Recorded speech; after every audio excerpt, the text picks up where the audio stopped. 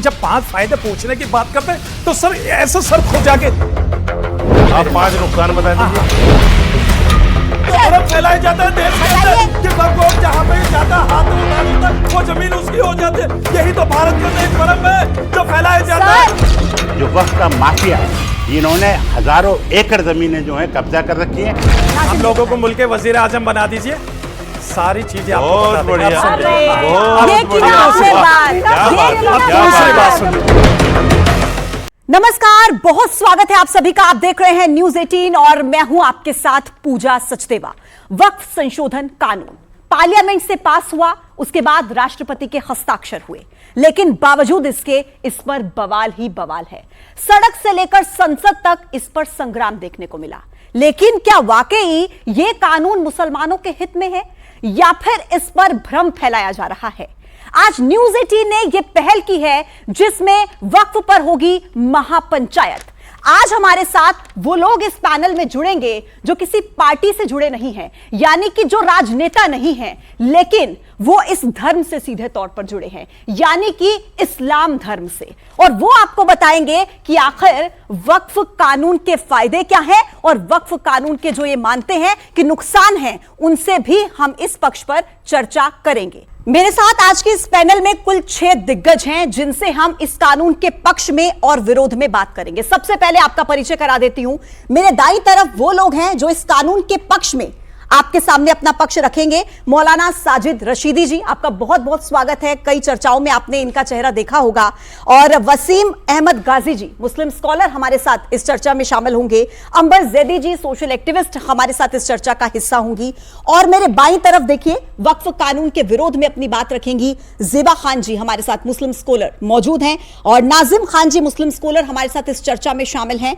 और देखिए एडवोकेट बिलाल खान, ये वो चेहरा है जो देखिए आम आदमी पार्टी के विधायक अमानतुल्लाह खान, उनकी तरफ से जो पिटीशन लगाई गई है सुप्रीम कोर्ट में, उसी पैनल के ये वकील हैं और सुप्रीम कोर्ट की दोनों सुनवाई के दौरान ही ये वहां पर मौजूद रहे थे। तो सबसे पहले चर्चा की शुरुआत करेंगे और यहां से इस चर्चा की शुरुआत होगी। ज़ेबा जी, सबसे पहले आप ये बताइए कि प्रॉब्लम कहां पर है, मतलब दिक्कत कहां पर है? प्रधानमंत्री कह देते हैं कि भाई बढ़िया कानून है, मुसलमानों का फायदा होगा। होम मिनिस्टर कह देते हैं, राष्ट्रपति के हस्ताक्षर हो जाते हैं। मतलब कौन आपको और समझाए कि उसके बाद आप कहेंगे कि हाँ वाकई ये कानून फायदे में है मुसलमानों के? देखिए, सबसे पहले तो एक बात मैं और कहूंगी सबसे पहले कि 3 कृषि कानून भी लाए थे जिसको प्रधानमंत्री जी बोले थे किसानों के हित में है। नोटबंदी भी प्रधानमंत्री जी किए थे जिसको बोले थे पूरे देशवासियों के हित में है। और आपको पता होगा कि कोरोना के समय किस तरह लॉकडाउन कर दिया गया बिना कोई सूचना दिए, एक बैग, उसको भी बोले थे कोरोना खत्म हो जाएगा, देशवासियों के हित में है। तो क्या ये सारे काम देशवासियों के हित में हुआ? 2014 में, फिर से याद दिला दूं, 2014 में जब इलेक्शन कैंपेन में प्रधानमंत्री जी ने बोला था 15 लाख सभी के अकाउंट में आएंगे और उसके बाद से चुनाव खत्म होते। सबसे पहले तो डेट ही गलत है, 2015। एक चीज पूजा जी, जब अंबर जी बोलेंगी, बिल्कुल बिल्कुल बिल्कुल ठीक है, ठीक है ज़ेबा जी, ठीक है, बिल्कुल बिल्कुल करेक्ट कर रही हूँ। 2014 में 15 लाख आएंगे, आए क्या नहीं आए? मैम वक्फ की बात, मैम प्लीज, आ रही हूँ मैम, यहाँ पर वक्फ की बात करेंगे। मैं उस पे आ रही हूँ, लेकिन पिछले जो भी वादे उन्होंने किए, गरीबी कम होगी, महंगाई कम होगी, वक्फ बोर्ड से मुसलमानों का फायदा हुआ, आप इतनी डेटा गिना रही हैं मैम, आप इतना डेटा गिना रही हैं, वक्फ पर डेटा गिनाइए ना, वक्फ पर। जो इतने वादे किए थे वो सब पूरे हुए क्या? जब पिछली बातें सही नहीं हुई तो हमारे वक्फ में जो बदलाव किया जा रहा है, अमेंडमेंट्स किए जा रहे हैं, वो कैसे हम मान ले के सही होगा? अच्छा मुझे ये बताइए, वक्फ बाय यूजर। ज़ेबा जी एक मिनट एक एक करके बात करेंगे ना, यहाँ पर हम लड़ने थोड़ी ना आए हैं, लोगों का भ्रम दूर करने आए हैं, उनके मन में जो सवाल है वो दूर करने आए। आपने इतना सारा डेटा गिना दिया मैम, मुझे एक डेटा वक्फ बोर्ड का गिना दीजिए जिसमें आप ये बता पाए कि वक्फ बोर्ड से इतने मुसलमानों का फायदा हुआ है। Data please ma'am, Waqf board से बताइए। देखिए, फायदा अगर जरूरी था कुछ अमेंडमेंट्स, लेकिन पूरे डेटा मैम, डेटा मैम, मैं ये बोल रही हूँ पूरा सिस्टम को चेंज कर दीजिएगा। वक्फ बाय यूजर क्या जो सरकार लाई है उससे क्या भला हो जाएगा? वक्फ बाय यूजर जो 100 सालों से चले आ रहा है, हाँ। और कितने 100 सालों पीछे से चले आ रहा है। अगर हमारे पास कोई रजिस्ट्रेशन नहीं होगा, पेपर्स नहीं होंगे पिछले जो भी 100 साल 200 साल से जिन जमीनों के, तो वो आप ले लीजिएगा वापस। और डीएम हाँ। को सारी ताकत मिली है इसमें। हाँ। तो डीएम क्या, डीएम किसका आदमी होता है? ठीक। डीएम सरकार का अधिकारी ठीक है। सरकार के अंडर में नहीं होता है क्या? ठीक है। डीएम, मैं ये बोलना चाहती हूँ, डीएम किसके बोलने से काम करेंगे? सरकार के बोलने से काम करेंगे, आप ये कह रही हैं। ठीक है ज़ेबा जी, मैंने यहां से भी एक महिला पैनलिस्ट के साथ शुरुआत की और अंबर जी यहां से भी काउंटर में आप ही से शुरुआत करूंगी। देखिए, जो दो चीजों पर, दो बातों पर सबसे ज्यादा विरोध उठाया जा रहा था, एक वक्फ बाय यूजर को लेकर और दूसरा ये कि नॉन मुस्लिम की एंट्री कैसे हो गई। तो इसको लेकर तो सुप्रीम कोर्ट ने बात कह दी ना कि अब 7 दिन तक तो आप ये नहीं कर पाएंगे। जी हाँ, बताइए। लेकिन मैं इस पर सबसे पहले ये सवाल ये करना चाहती हूँ, क्योंकि ज़ेबा जी कांग्रेस से हैं और 2006-2008 में जो सच्चर कमेटी रिपोर्ट रही थी और जो उसमें जो भी उसमें सुझाव दिए गए थे, तो उसमें ये भी सुझाव था कि उसमें सभी धर्मों के जो एक्सपर्ट्स हैं उनको इंक्लूड किया जाए, यानी कि इंक्लूसिविटी की बात तब भी की गई थी।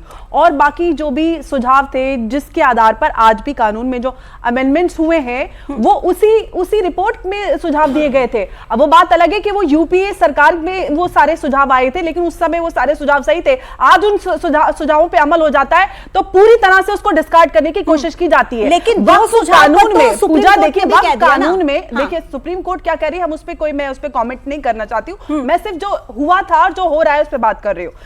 जो सवाल ये है कि अमेंडमेंट पहली बार नहीं हुआ, 1995 में भी हुआ, 2013 में भी हुआ। उस समय हुआ अमेंडमेंट तो आपको पूरी तरह से स्वीकार है। आज अमेंडमेंट होता है तो आप कह रहे हैं कि पूरी तरह से ये असंवैधानिक है। अब सवाल आता है वक्फ बोर्ड और वक्फ में क्या कुछ हो रहा है, क्या कुछ नहीं हुआ। अगर वक्फ बाय यूजर पे भी जाते हैं, मुझे एक बात बताइए, देखिए एक-एक करके प्लीज अंबर जी, एक-एक करके ना लोगों के आप सवाल क्लियर सवाल का जवाब देने के लिए आप मुझे बताइए कि सुप्रीम कोर्ट ने, मैंने फिर से मैं रिपीट कर रही हूं, वो 2 प्रोविजन जिसको लेकर सबसे ज्यादा विरोध हो रहा था उस पर तो सुप्रीम कोर्ट ने रोक लगा दी ना अभी के लिए, 7 दिन के लिए। तो उस वक्त पर कोई जवाब क्यों नहीं दे पाए सॉलिसिटर जनरल?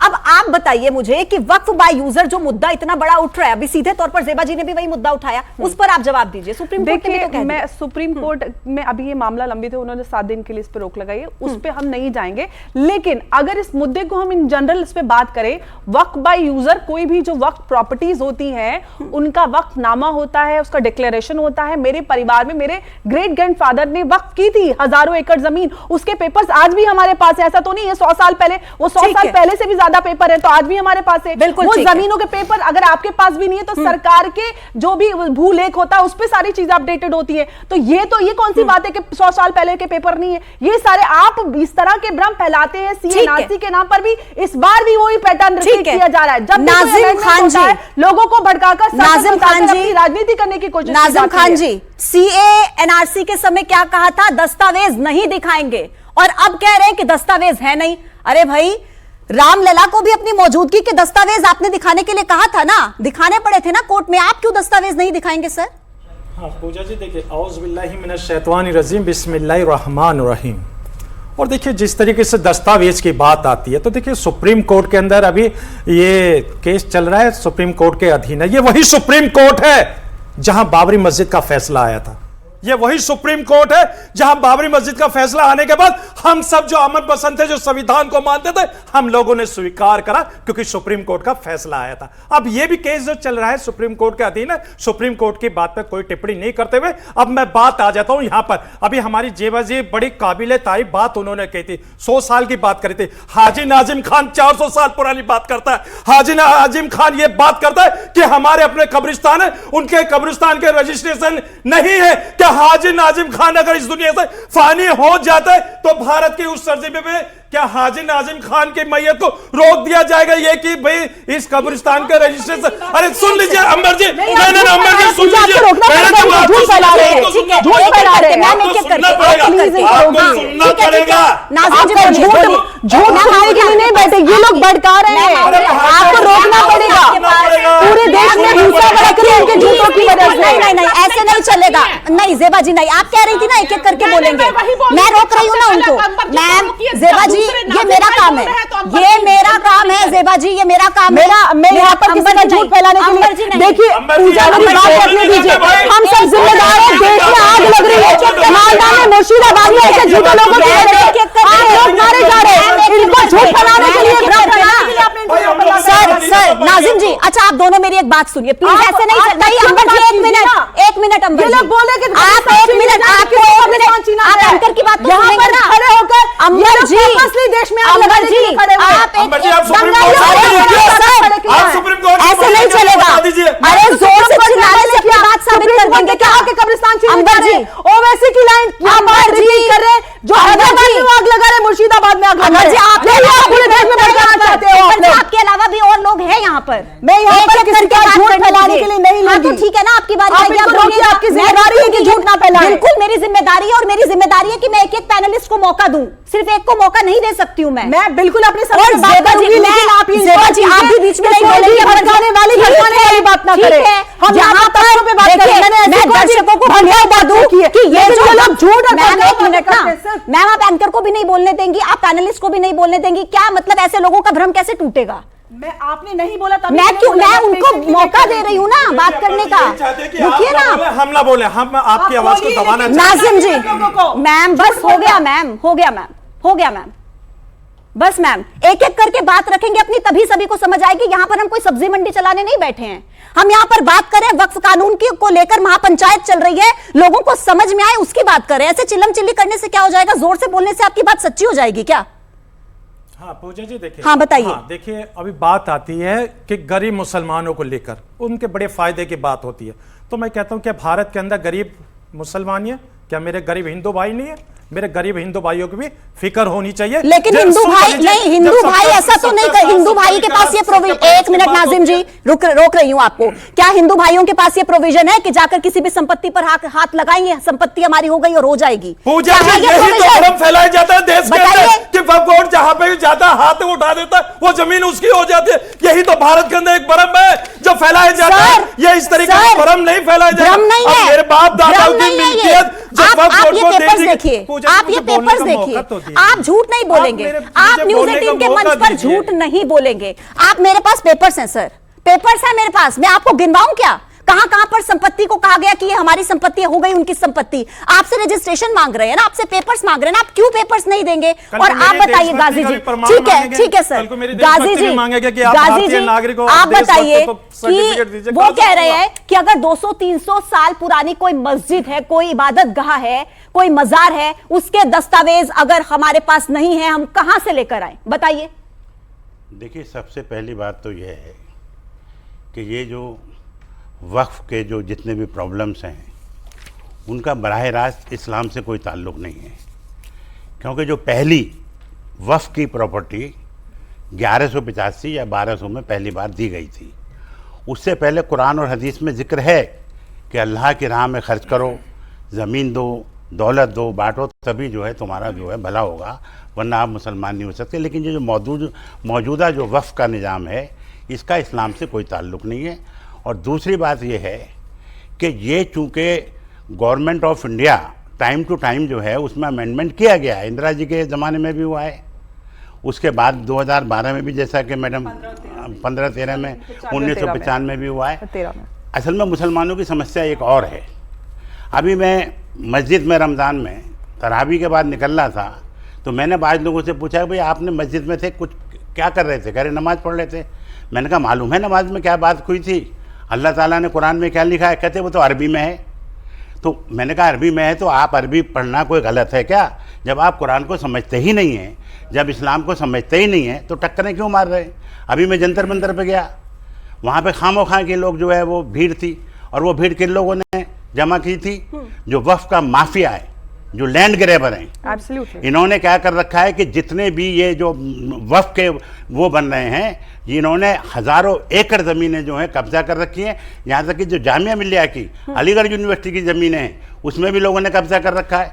ये बताइए कि मैं एक सच्चा मुसलमान हूँ, इस्लामिक स्कॉलर हूँ, मैंने तो आज तक वक्फ बोर्ड की एक चाय भी नहीं पी है। लेकिन गाजी जी, मेरा ना काउंटर क्वेश्चन है इस पर। मुझे जरा ये बताइए कि ये तो सुप्रीम कोर्ट भी कहता है कि ये जो वक्फ बोर्ड है ये स्टैट्यूटरी बॉडी है ना, एडमिनिस्ट्रेटिव है, इसका रिलीजन से कोई सीधे तौर पर लेना देना नहीं है। हाँ, ये रिलीजियस अफेयर्स को डील करती है, लेकिन डायरेक्टली कुछ ऐसा नहीं है। तो मुझे एक बात बताइए, आप इतना भ्रष्टाचार गिनवा रहे हैं, कितनी संपत्तियों को इस तरीके से भ्रष्ट कर दिया गया, तो सरकार ने पहले उन पर एक्शन क्यों नहीं लिया? एक प्रोविजन ये भी तो हो सकता है ना सर। पूजा जी देखिए, आप, मैं चूंकि इस फील्ड में मैं हुकूमतों से जुड़ा रहा हूँ, मैं वीपी सिंह साहब का एडवाइजर रहा हूँ, चंद्रशेखर जी, नरसिम्हा राव साहब के साथ रहा हूँ, मैं बाबरी मस्जिद एक्शन कमेटी का मेंबर था, मैंने अपनी पूरी जवानी उसमें लगा दी। ये ऐसा नहीं है। देखिए, ऐसा था कि हुकूमत ये बिल लाई है, इसको समझा नहीं लोगों ने। दूसरी बात, कोई भी बिल हो चाहे वो दुनिया का, अगर मेजॉरिटी पास कर देती है, राज्यसभा से बिल पास हो जाता है और प्रेसिडेंट के हस्ताक्षर हो जाते हैं, तो वो हिंदुस्तान का कानून हो जाता है। जहाँ तक सुप्रीम कोर्ट की बात है, सुप्रीम कोर्ट में केस नहीं चल रहा है। सुप्रीम कोर्ट में तो लोग गए हैं और सुप्रीम कोर्ट ने जो ये गैर बिल्कुल फालतू मुद्दा है कि साहब हिंदू नहीं होना चाहिए, भारत के प्रधानमंत्री हिंदू हैं, इंदिरा जी हिंदू थी, तो आपके पास आ रही हूं, आपके पास आऊंगी, आपके पास। देखिए, अल्टीमेटली जितने भी कानून बनते हैं वो किसके अंडर में आते हैं? होम मिनिस्ट्री के अंडर में आते हैं। आपके जो प्राइम मिनिस्टर ऑफ इंडिया उसके जो सुप्रीमो होते हैं वो प्रेसिडेंट सब हिंदू हैं। तो ये कहना कि हिंदू ना हो, डीएम हिंदू होगा तो नहीं, हिंदू होगा तो वो हिंदुओं को। सवाल को आगे लेकर जाओ बिलाल जी, आपसे एक बात मैं, दूसरी बात कि जो सुप्रीम कोर्ट है ना, वो ठीक है, सुप्रीम है वो, लेकिन इन्फ्लेबल है। जरूर नहीं है कि सुप्रीम कोर्ट का सारे फैसले जो हैं वो हम सुप्रीम कोर्ट का फैसला मानते हैं और सुप्रीम कोर्ट के फैसलों की इज्जत करते हैं, लेकिन हम सुप्रीम कोर्ट के फैसले से मुतमईन हो ये कोई जरूरी नहीं है। ठीक है, बहुत सारे फैसले सबरीमाला पे आए, उसमें कहा कि औरतों की एंट्री दी जाए, लेकिन आज भी एंट्री नहीं हो रही है। तो इसलिए सुप्रीम कोर्ट के आड़ में लोग जो करप्ट लोग हैं, सुप्रीम कोर्ट ने अभी कोई फाइनल डिसीजन नहीं दिया। बिलाल जी, आप मुझे ये बताइए कि बिल्कुल ये बात तो आप मानेंगे ना कि ये सुप्रीम कोर्ट का कोई फाइनल डिसीजन नहीं था, ये अंतरिम आदेश है ना? तो आप लोग क्यों मान रहे हैं कि आपकी जीत हो गई है? क्या सुप्रीम कोर्ट ने ऐसा कुछ कहा कि हम कानून रोक देंगे? नहीं कहा। देखिए, supreme court is the supreme power. सबसे पहले तो मैं ये कहूँगा, जिस तरीके से भ्रम फैलाने की कोशिश कर रहे थे, सुप्रीम कोर्ट ने इंटरिम स्टे देकर बता दिया कि भारत का संविधान इस देश के अंदर चलेगा, चाहे पार्लियामेंट से आप कोई भी बिल पास करा लीजिए। लेकिन जिस तरीके से मैं कुछ पॉइंट्स पे बात करना चाहता हूँ, जो सुप्रीम कोर्ट ने स्टे लगाने का इंटरिम स्टे दिया है, वर्क बाय यूज़र पे इंटरिम स्टे दिया है, बिल्कुल प्रॉपर तरीके से कहा है, और बहुत सारे पॉइंट ऐसे वहाँ पे बोले गए हैं जो आपको बताना जरूरी है। जिस तरीके से एक सेकंड एक चीज ऐड करूंगी इसमें। आप तो क्योंकि एडवोकेट हैं, तो आप ये भी जरा दर्शकों को क्लियर कीजिए, जो वक्फ बाय यूजर है उसको पूरी तरीके से कोर्ट ने रोक दिया क्या? सिर्फ जो रजिस्टर्ड प्रॉपर्टीज हैं उनको सरकार एक हफ्ते के अंदर नहीं छेड़ेगी, लेकिन जो अनरजिस्टर्ड है, देखिए जो पोजीशन है ना मैडम, जब से लागू होगा, अभी जो भी जब चीजें वक्त होंगी उस पे लागू होगा ये। जो चीजें अभी एज इट इज हैं, वो अभी जब तक सुप्रीम कोर्ट का नेक्स्ट कोई डिसीजन नहीं आता है या हियरिंग नहीं होती है, वो एज इट इज ही रहेगा।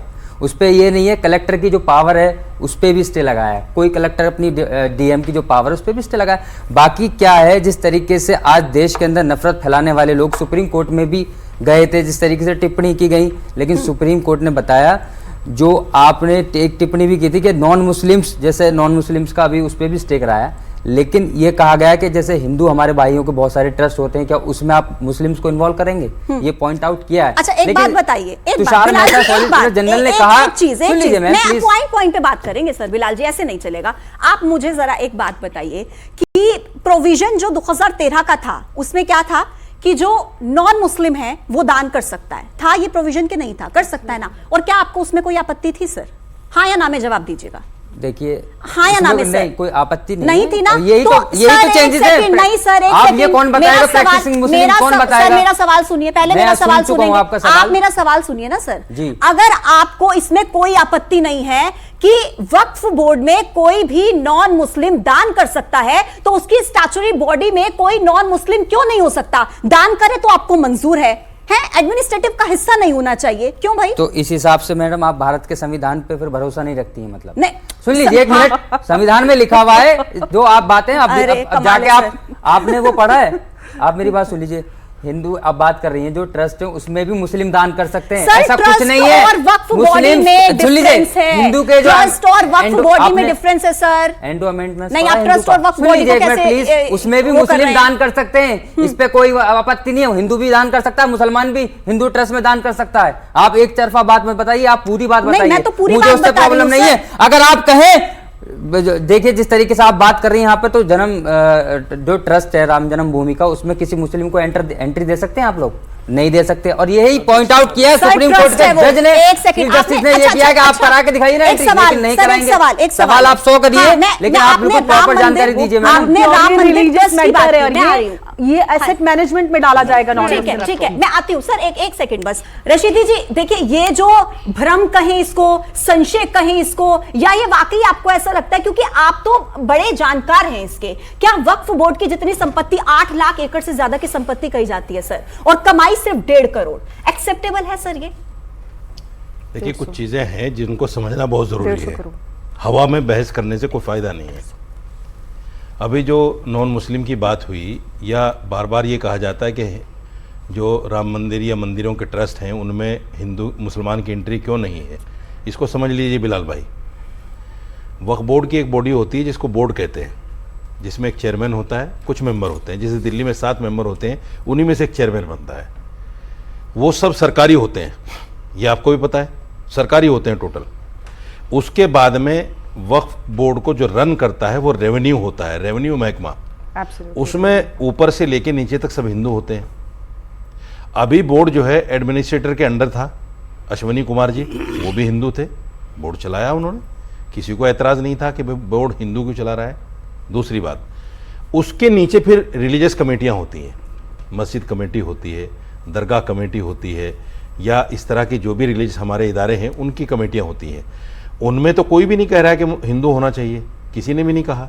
मंदिर की जो कमेटी होगी तो रिलीजियस कमेटी हो गई ना, उसके ऊपर तो कोई कमेटी नहीं है। अपॉइंटमेंट्स कौन करता था मुतवल्ली का, और जो एमएलए एमपी इसका ये बताइए। सर सुन लीजिए ना, करती थी या सर सुन लीजिए करता था? सर सुन लीजिए, चेंजेस जो है ना सर, जो मैं बता रहा हूँ उसको सुन, उसको समझिए, उसको समझिए। यही तो भ्रम फैलाया जा रहा है। भ्रम नहीं, सच्चाई, यही भ्रम फैलाया जा। मैं ये कहता हूँ, जो बोर्ड है जो सरकार की तरफ से बनता है, कांग्रेस के जमाने में भी था। कांग्रेस के जमाने में हारून यूसुफ चेयरमैन थे, चौधरी मतीन चेयरमैन थे। क्या घपले हुए आपको भी पता है, मैं कुछ बता देता हूं। शीला दीक्षित मुख्यमंत्री थी, हारून यूसुफ चेयरमैन थे। उनको जरूरत पड़ी एक पार्क बनाने की, मिलेनियम पार्क। आप जानते होंगे कितना बड़ा पार्क है। वो पूरा का पूरा कब्रिस्तान अहले इस्लाम था, कब्रिस्तान अहले इस्लाम।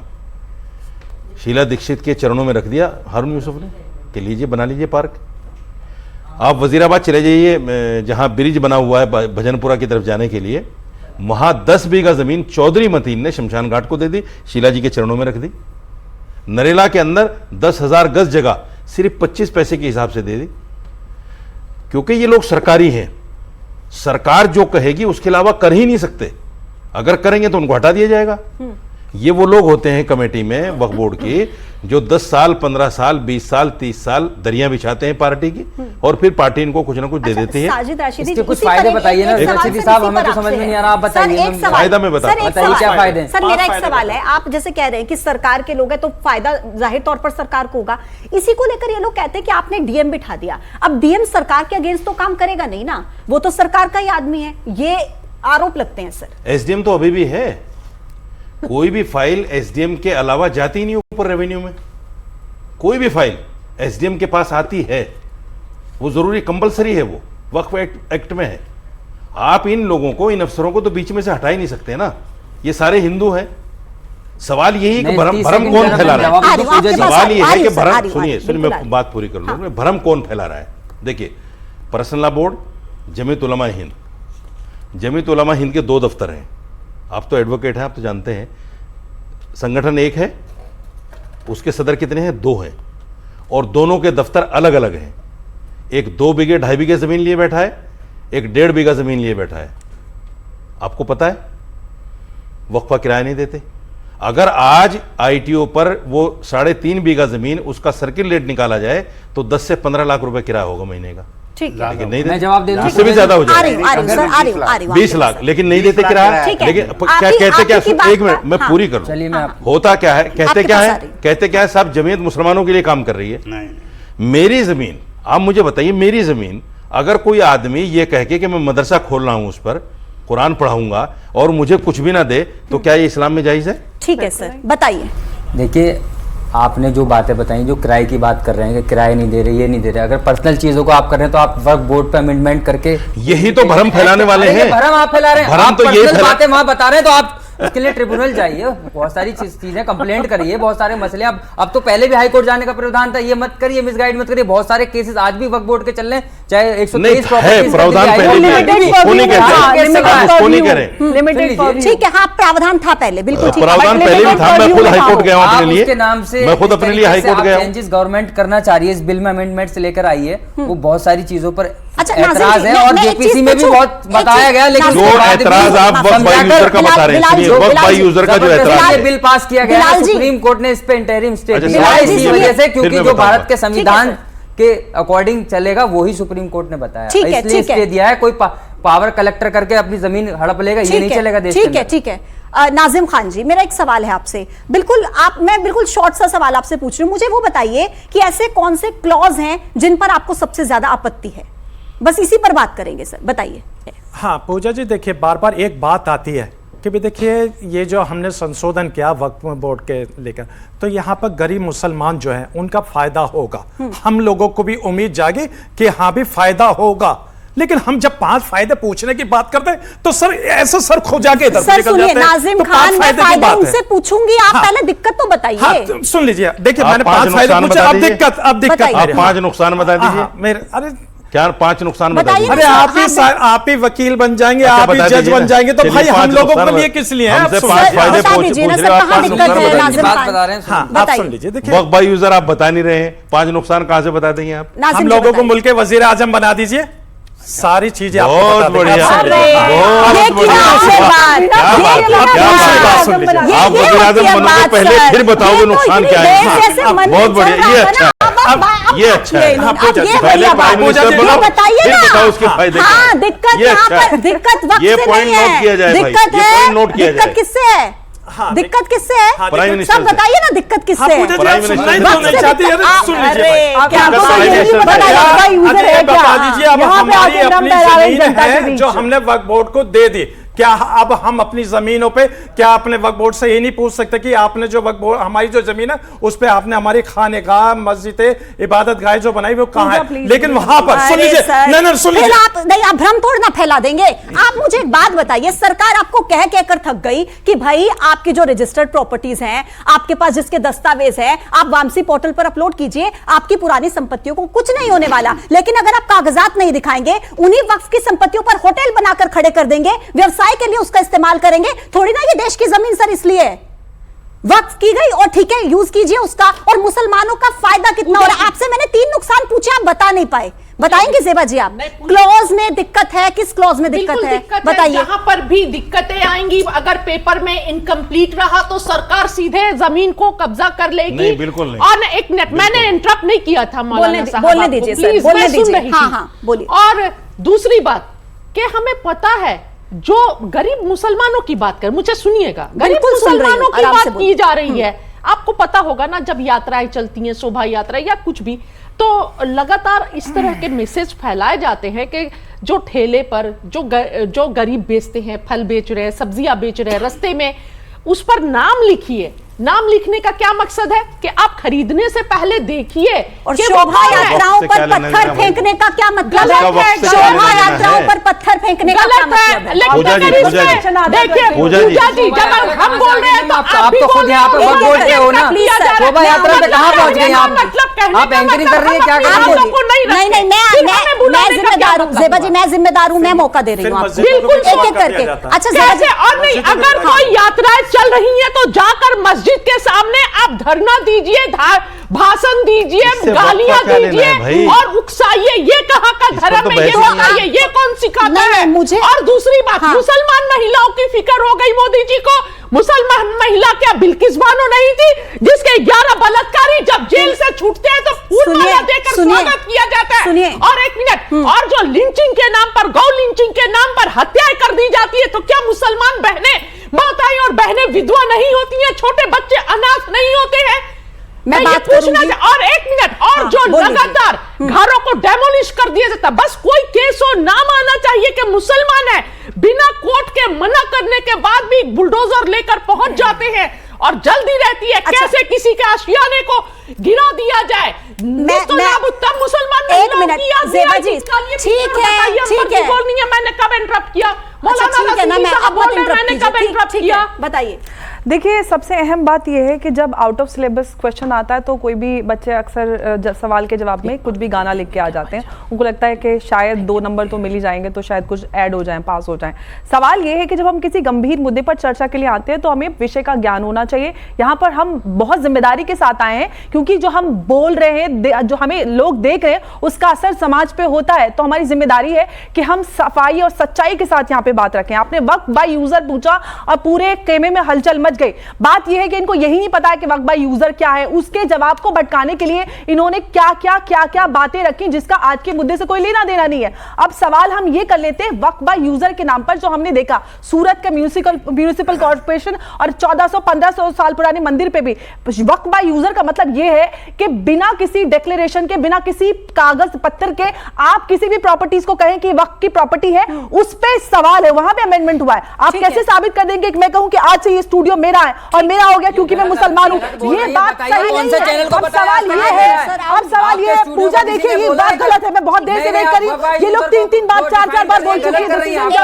मेरी बात पूरी नहीं हुई है। मेरी बात पूरी नहीं है। एक मिनट, मेरी बात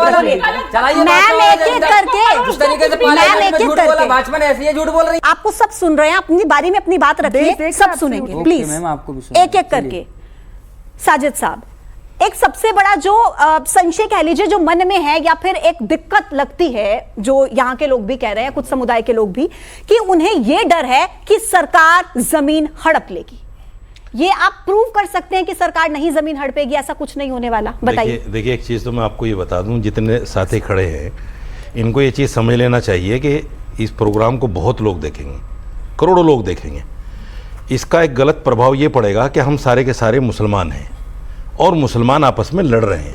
बिल्कुल, इसका बहुत गलत असर पड़ेगा। लड़े नहीं, जो अच्छी बात है उसको अच्छी तरीके से उसको समझाएं। दूसरी बात, अभी वक्त बाय यूज़र की बात आई, बिलाल भाई आप तो थे प्रोसीडिंग में। जी। ये बात चीफ जस्टिस ने भी कही, खन्ना साहब ने कही कि भाई 500 साल पुराना रजिस्ट्रेशन कौन देगा आपको? तो तुषार मेहता जी ने ये बात कही कि नहीं, 500 साल पुराना रजिस्ट्रेशन कोई नहीं मांग रहा है। उसके बीच के सुन प्लीज, अब नहीं बिलाल जी, उसके बीच के बहुत सारे पेपर होंगे लेन देन करने के। अब इसके पास आई, उसके पास आई, उसके भी तो बहुत सारे पेपर होंगे ना, इस बात की गवाही देने के लिए कि जमीन जो है वक्फ बोर्ड की है। ऐसा तो नहीं कि जो 500 साल पुराना रजिस्ट्रेशन है वही होना चाहिए। उसके बाद के भी बहुत सारे, जैसे होता है कि असल डीड नहीं है, जो उसका असल मालिक कौन है, लेकिन आज मेरे पास डीड रजिस्ट्रेशन है तो बीच के आदमी नहीं है तो कोई बात नहीं, तो इसका निवारण हो सकता है। ऐसा नहीं, भ्रम फैलाना अच्छी बात नहीं। दूसरी बात, मैं एक बात कहता हूं, देखिए वो शेर है ना कि तू इधर उधर की ना बात कर, ये बता कि काफिला क्यों लूटा। मुझे रहजनों से गिला नहीं, तेरी रहबरी का सवाल है। हमने 60 साल कांग्रेस को जिस तरह से आजमाया है, ज़ेबा जी मैं आपके तवज्जो चाहूँगा, हमने आंख बंद करके विश्वास किया कांग्रेस पर।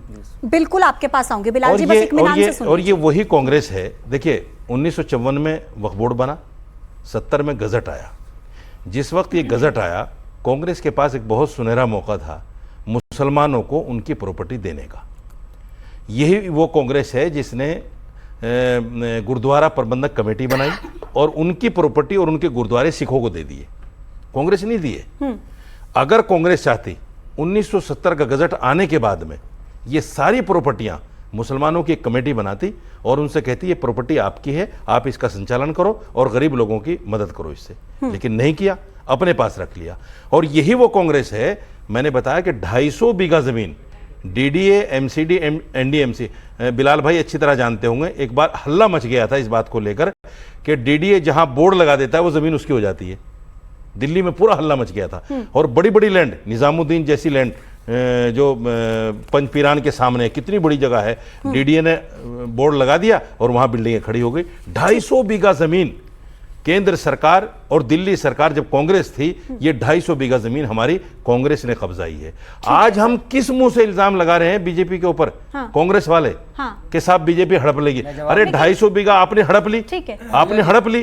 आप पहले ये कहिए, आप पहले ये कहिए, सुनिए, आप पहले ये कहिए, मैं जमीयत से भी कहता हूं, पर्सनल बोर्ड से भी कहता हूं और कांग्रेस से भी कहता हूं, आप मैदान में आइए, आप कहिए भाई हमारी गलतियां हुई हैं, हमसे कुछ गलतियां हुई हैं। ये प्रॉपर्टी, एक सेकंड पूरी कर, एक सेकंड पूरी काउंटर कर लीजिए, मैं पूरी तो बताइए बताइए। ये लोग सामने आए लोगों के और ये कहें, जमीयत वाले भी कहें भाई हमारे पास प्रॉपर्टी है वक्फ की, ठीक है गलती हो गई हमसे, आज से हम इसका सर्किल रेट के हिसाब से किराया देना शुरू करेंगे।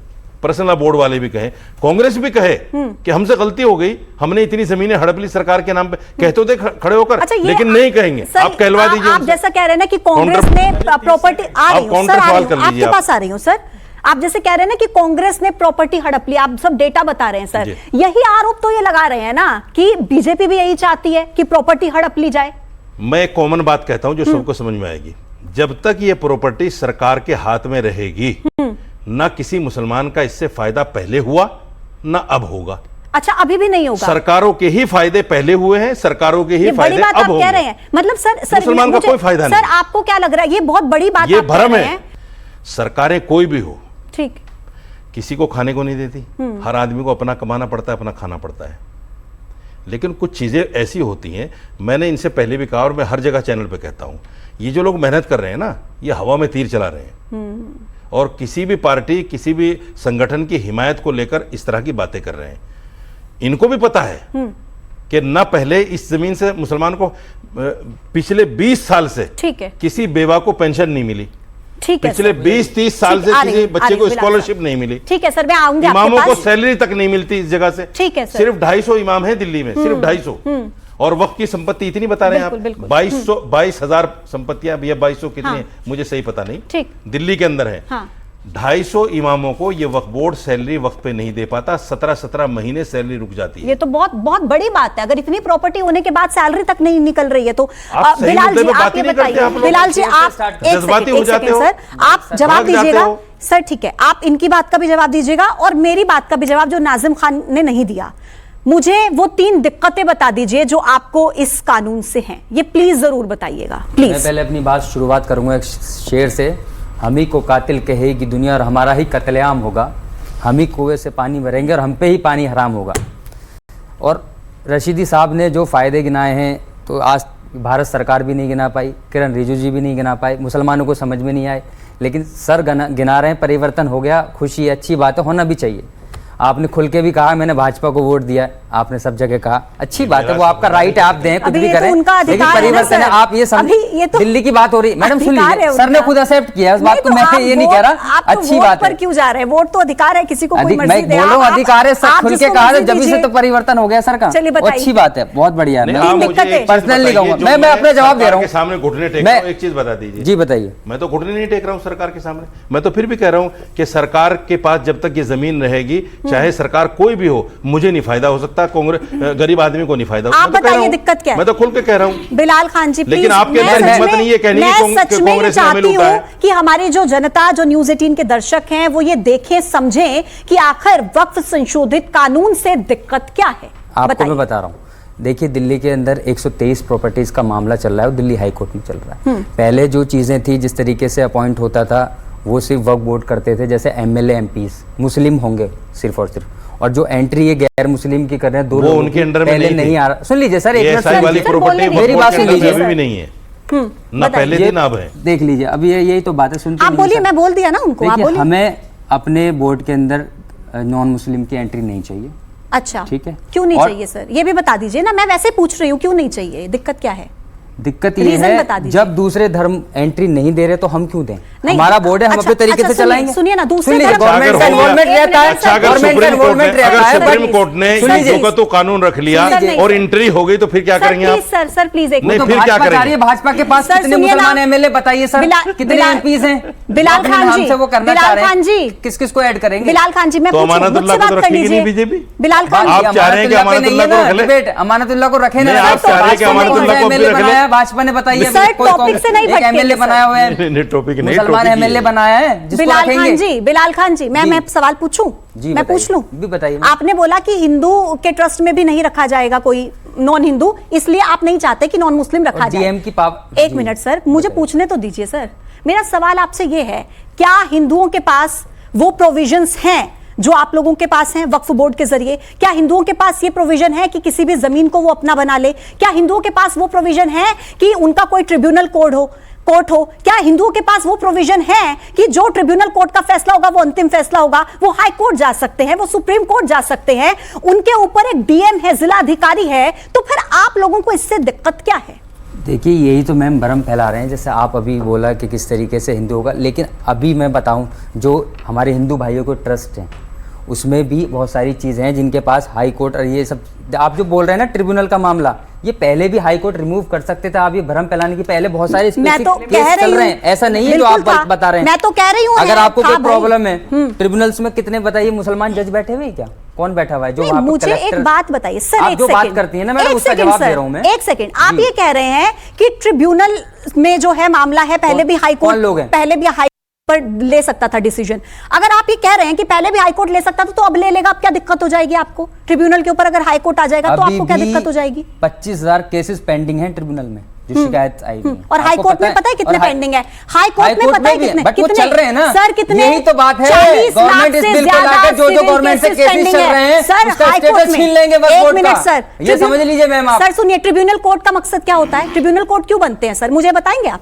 ट्रिब्यूनल कोर्ट क्यों बनाए जाते हैं, आपको पता है? आप तो एडवोकेट हैं सर, बिल्कुल पता है। बताइए। ट्रिब्यूनल कोर्ट से सेटलमेंट करने के लिए बनाए जाते हैं। जिस तरीके जो मामला प्रॉपर्टीज का चल रहा है उसमें जाके अपनी बात रखिए, बताइए क्या है क्या नहीं, उसके बाद अगर आपको सेटिस्फाइड नहीं है तो you can go to high लेकिन कोर्ट। ट्रिब्यूनल कोर्ट की जरूरत क्यों पड़ी? ताकि मसले जल्दी से सुलझा लिए जाएं, क्योंकि हाई कोर्ट में इतने ज्यादा केसेस पेंडिंग है, 40 लाख से ज्यादा मामले ऑलरेडी हाई वहां पे कोर्ट में डिसीजन पेंडिंग आ है, चुके सिविल हैं, केसेस फेवर के। में भी अगेंस्ट भी प्रॉपर्टी बहुत के सारे मामले ट्रिब्यूनल्स में के आपने सबसे- केसेस के डिसीजन देखे हैं मैडम। सर, अब वो ऑलरेडी चल रहे हैं और बहुत सारे केसेस में रिलीफ भी मिला है और उससे सेटिस्फाइड भी हुआ है, चाहे वो प्रॉपर्टीज दिल्ली की सरकार से चल रही हो या फिर अपने इंडिविजुअल कोई आदमी कंप्लेंट लेके जा रहा है ट्रिब्यूनल में, तो वो सेटल हुए। ऐसा नहीं है ट्रिब्यूनल के पक्ष बात करेगा कि मुसलमानों के चलिए, फेवर अच्छा, में ठीक देगा। है। बताइए कितने फैसले दिए मुसलमानों के फेवर में? आप मुझे- ट्रिब्यूनल में कितने मुसलमान बैठे हुए हैं आप चलिए, मुझे अच्छा, बताइए, सुनिए, काउंट सुनिए, करिए। अच्छा, अगर आप मेरी हिंदू बात मुसलमान सुनिए। करने पाई तो खुल ठीक के है, करिए। मैं हिंदू मुसलमान नहीं तो कर फिर रही आप ऐसे सर। कैसे कह सकते हैं? मैं हम हिंदू बताएं मुसलमान ट्रिब्यूनल नहीं कर रही हूँ सर। मेरे पैनल में पार्ट है, 6 बॉडी का पार्ट है, लोग मौजूद है, बड़े बड़े और लोगों के स्कॉलर्स लिए हैं, होता है। मैं आप सभी की क्यों नहीं इज्जत आप करती हूँ। नॉन-मुस्लिम्स को मेरे ऊपर मुस्लिम आरोप को नहीं, एंट्री- दूसरी बार है ये मैं बिलाल आपको खान। एंट्री बिलाल खान आपने ये सवाल दूसरी किया तो बार मैं है। जवाब दे रहा हूँ। आप मेरे ऊपर आरोप नहीं लगाएंगे मैं सर। आपके ऊपर आरोप नहीं, लेकिन सच्चाई की बात कर रहा हूँ। आप सच्चाई की बात ही नहीं कर रही हैं। आप दूसरे धर्म को लेकर तो एक बात भी नहीं करी। बताइए मुसलमानों को एंट्री दिलवाइए ना। सुनिए ना सर, बोल रही है ना। ट्रस्ट है हिंदू? अरे सर, ट्रस्ट और एंट्री कराइए ना, मेरी एंट्री करा दीजिए, नाज़िम खान की एंट्री दे दीजिए। सर, महाकुंभ का आयोजन किसने किया था बताइए? महाकुंभ का आयोजन किसने किया था? आजम खान ने किया था। कौन थे आजम खान? कौन थे आजम खान? मिनिस्टर थे। मिनिस्टर कौन होता है? मतलब वक्फ बोर्ड में थे कि आजम खान मिनिस्टर कौन होता है? मतलब वो मंत्री पार्टी होगा तो हिंदू अरे मुस्लिम मैडम, कोई फर्क नहीं पड़ता। आजम खान उस वक्त मंत्री मिनिस्टर थे, है, उनकी मंत्री पावर है थी। तो धर्म नहीं देखेंगे आप। अरे मैडम, मंत्री ऐसे है तो अगर आप धर्म नहीं की बात कर रहे हैं, देखेंगे। भाजपा में सही है बताइए किसने साहब, करा है? वो सही तो है खुल के साहब, कह रहे हैं, सही वो तो है। खुल के कह रहे हैं हम कुंभ में आने नहीं देंगे मुसलमानों को। आप जवाब बोला नहीं नहीं दे मेरा पा रहे भारतीय मुझे। जनता पार्टी ठीक ने। है सर। आजम खान मुझे पता मिनिस्टर थे, उनकी हाँ पावर तो थी। बताइए ना, तो आजम खान का धर्म वक्फ बोर्ड में थे आजम खान, वो अगर वक्फ बोर्ड था। महाकुंभ का आयोजन आजम यार, खान करते हैं सरकार का तो उसमें मामला जो आपको होता है, धर्म नहीं कैबिनेट दिखेगा। मिनिस्टर थे आजम खान, आपको पता होना चाहिए। मुझे पता वो है वक्फ बोर्ड में सर, नहीं थे। मुझे पता तो है। फिर आजम खान का नाम क्यों लिया तो आपने? मैंने आजम खान का नाम इसलिए लिया क्योंकि उन्होंने महाकुंभ का आयोजन किया था, तब तो बहुत आप नहीं अच्छा बोले। आयोजन किया था, अच्छी बात है, वो तो तारीफ हाँ, करनी चाहिए। तो फिर यही तो बोल रही हूँ, करिए ना तारीफ। मिल रही है आज उनको जो सड़ाया जा रहा क्या है। बात है, उसी क्या की तो बात सजा है। मिल रही। कीजिएगा, हाँ गाजी साहब। देखिए, ये राशिद साहब ने, रशीदी साहब ने, ये कांग्रेस की तरफ या बीजेपी की तरफ, ये मुद्दा कांग्रेस बीजेपी का नहीं है ही नहीं। दूसरी बात ये है कि ये जो दिल्ली की साजिश सामने मिसालें दी, ये तो दिल्ली की है, लेकिन वक्फ बोर्ड जो है वो हर स्टेट का भी है। तो हर जगह पर है, कहीं बीजेपी का है कि गवर्नमेंट है, कहीं जो है आपके AIDM की है, कहीं DMK की है, तो वो अपने अपने हिसाब से लोग चलाते हैं। लेकिन उसमें ये बात सही है। देखिए, आप इस पर ज़रा गौर से सोचिए, गवर्नमेंट कैसे हड़प लेगी जगह? गवर्नमेंट क्या मोदी जी अपने नाम रजिस्ट्री करा लेंगे या अमित शाह करा, भाई सब जब सरकार के कब्जे में कोई चीज़ आ गई तो सरकार की रहेगी, सरकार की मतलब आवाम की हमारी रहेगी। दूसरी बात, अभी भी जो है सरकार के अंडर में ये वक्फ बोर्ड के का जो पूरा कंट्रोल है वो गवर्नमेंट के पास होता है। इसलिए देखिए, अब इस बिल पर बात कीजिए, इस बिल का मकसद क्या है, इस बिल से लोग क्यों घबराए हुए हैं। पहली बात तो जितनी भी लोगों ने लैंड को ग्रैब किया हुआ है उसको वापस लेना है गवर्नमेंट को। दूसरी बात है कि जितने लोगों को किराएदारी के नाम पे कब्जा किया है, या तो उनको नोशनल रेंट देना पड़ेगा, और फिर दूसरी बात है कि उनकी लीजें होंगी, वो लीज रजिस्टर होंगी। इससे गवर्नमेंट ऑफ इंडिया को अरबों खरबों रुपया मिलने वाला है। और उसके बाद जो इन्होंने कहा कि किस काम के लिए बनाई, ये ज़रूरी नहीं है कि अगर किसी ने किसी काम के लिए दी है, अगर उससे कोई अच्छा काम हो जाए, जैसे कि मिसाल के तौर पे किसी ने कब्रिस्तान के लिए ज़मीन दी है, अब मौजूदा हालात में वह नहीं बन सकता, तो यूनिवर्सिटी बनाई जा सकती है। और यूनिवर्सिटी में, अलीगढ़ यूनिवर्सिटी में है, उसमें एक हद तक काफ़ी लोग हिंदू बच्चे भी पढ़ते हैं। जामिया में तो इस वक्त मैं कह रहा हूँ तकरीबन बराबर के होने वाले हैं। हमदर्द यूनिवर्सिटी में पढ़ते हैं, तो तालीम जो है, बस इसको बात को मैं ख़त्म कर रहा हूँ। तो इसलिए गवर्नमेंट का मकसद ये है कि जो लैंड ग्रैबर्स हैं, एक तो उनसे वापस ली जाए। दूसरी बात है कि AI का ज़माना है, सब कंप्यूटराइज की जाए। ठीक है, कितनी जमीन है, एक मिनट बस। एक सवाल मेरा है आपसे, एक सवाल, एक काउंटर क्वेश्चन। आप कह रहे हैं कि ये संशोधन से जो सरकार को अरबों खरबों का फायदा होगा, है ना? लेकिन मेरा सवाल ये है, क्या इसके बाद ये गारंटी हो जाती है कि जो गरीब मुस्लिम की बात करते हैं, पसमानदा मुसलमानों की बात करते हैं, उनका भी फायदा होगा? बिल्कुल, और इसी काम के लिए तो अमित शाह ने कहा है। मैं अमित शाह का स्पोक्स पर्सन नहीं हूँ, ना मैं उनको बहुत ज़्यादा सपोर्ट करता हूँ, लेकिन उन्होंने कहा है कि भाई मैं किसी हिंदू को ये इसका फायदा देने वाला नहीं हूँ। और दूसरी बात है कि कोई पैसे थोड़ी बांटे जाएंगे गरीब मुसलमानों में या हिंदुओं में। वो तो जो उनके इदारे हैं, यूनिवर्सिटीज़ हैं, नई यूनिवर्सिटीज़ बनेंगी, मेडिकल कॉलेज बनेंगे, उनकी और इस तरह की जो संस्थाएं बनेंगी, उन पे पैसा लगेगा।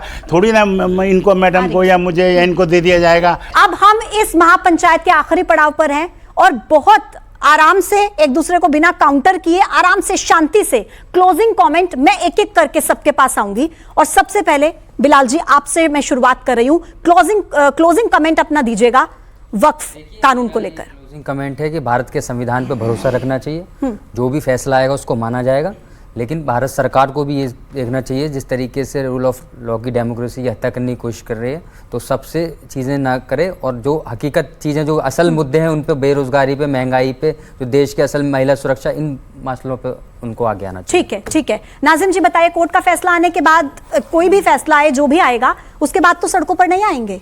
हाँ पूजा जी, देखिए हम लोग संविधान को मानने वाले हैं, और देखिए सुप्रीम कोर्ट का जो फैसला होगा वो हमें सर माथे है, क्योंकि हम वही लोग हैं जिन्होंने बाबरी मस्जिद का भी फैसला स्वीकार किया था। उसी तरीके से अब जो सुप्रीम कोर्ट का फैसला आएगा तो इंशाल्लाह वो भी हमें स्वीकार होगा। और जो सड़क पे आने की बात करते हैं, मैं उनसे आपके चैनल के माध्यम से अपील करता हूँ, ये मुल्क आपका है, किसी भी ऐसी अफवाह पे ध्यान मत देना, क्योंकि अगर जासी पे एक कहते हैं कि एक छोटी सी चिंगारी पूरे जंगल को आग लगा देती है, उसी तरीके से ये मुल्क आपका है। इस मुल्क की सौहार्द बनाने की आपकी अपनी नैतिक जिम्मेदारी है। बहुत अच्छी बात आपने कह दी नाजिम जी, खुद मतलब मजा आ गया सर। ज़ेबा जी बताइए।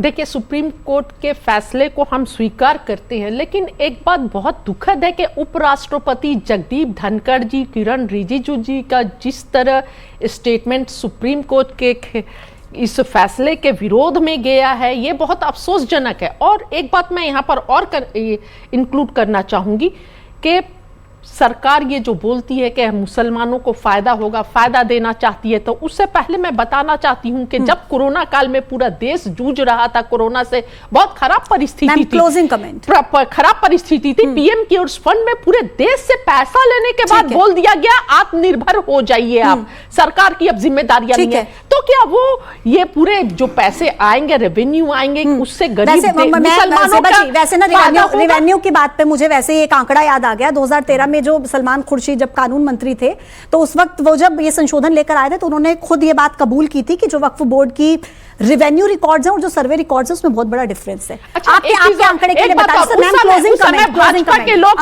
सब सपोर्ट कर रहे थे। लालू यादव जी ने भी एक्सेप्ट की थी और मैं अब आगे अपनी बात कहूंगी। देखिए, मुझे लगता है कि वक्फ जो अमेंडमेंट है ये बहुत महत्वपूर्ण था और ये देश और मुस्लिम समाज के लिए भले के लिए है।